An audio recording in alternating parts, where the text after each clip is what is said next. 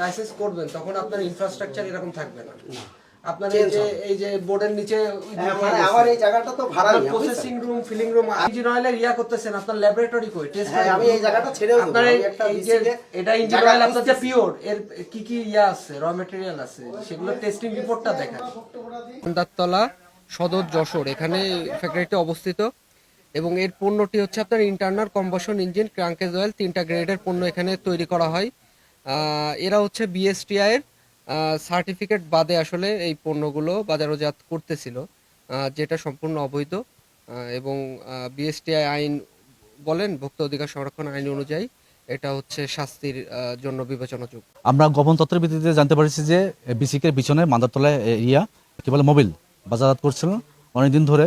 তো আজকে আমরা নিউজ পাওয়ার পরে আমরা এখানে আসছি, আসার পরে যেটা দেখলাম ওনারা অবৈধভাবে বিএসটি অনুমোদন ছাড়া, আপনারা জানেন যে এটা ম্যান্ডেটরি প্রোডাক্ট, এটা 3টা গ্রেডের। কি কি এই গ্রেডগুলোর নাম? HD50, 20W40 আর 20W50। হ্যাঁ, এই তিনটা যেহেতু ওনারা করতেছেন এবং টোটালি অবৈধ এবং ওনাদের ল্যাব নাই এবং ল্যাবও নাই ওনাদের কাছে, প্রসেসিং রুম, ফিলিং রুম কোনো কিছুই নাই ওনাদেরকে, সম্পূর্ণ অবৈধ। এবং আপনারা জানেন যে এটা ইঞ্জিনের জন্য মারাত্মক ক্ষতিকর, হুমকি স্বরূপ এবং নিম্নমানের, যার কারণে আমরা এটা বিএসটিআই আছে আমরা প্রমাণিত হয়েছে এবং উনি দোষ স্বীকার করছেন। যার কারণে ভোক্তা অধিকার সংরক্ষণ আইন 2009 এর 43 ধারায় ওনাকে 50,000 টাকা এবং 45 ধারায় প্রতিষ্ঠিত পণ্য ভোক্তা পর্যায়ে যথাযথভাবে সরবরাহ না করায় ওনাকে আরও 50,000 টাকা, মোট 1 লক্ষ টাকা জরিমানা করেছে এবং মুচলেকা দিয়েছেন উনি ভবিষ্যতে এ ধরনের কার্যক্রম থেকে বিরত থাকবেন। বিপুল পরিমাণে এখানে মালামাল ধ্বংস করা হয়েছে, ভবিষ্যতে উনি মুচলেকা দিয়েছেন কার্যক্রম থেকে বিরত থাকবেন। যদি উনি ভবিষ্যতে কাজ করেন ওনার বিরুদ্ধে আরও সর্বোচ্চ অ্যাকশন যেটা মানে আইনে সেটা নিব।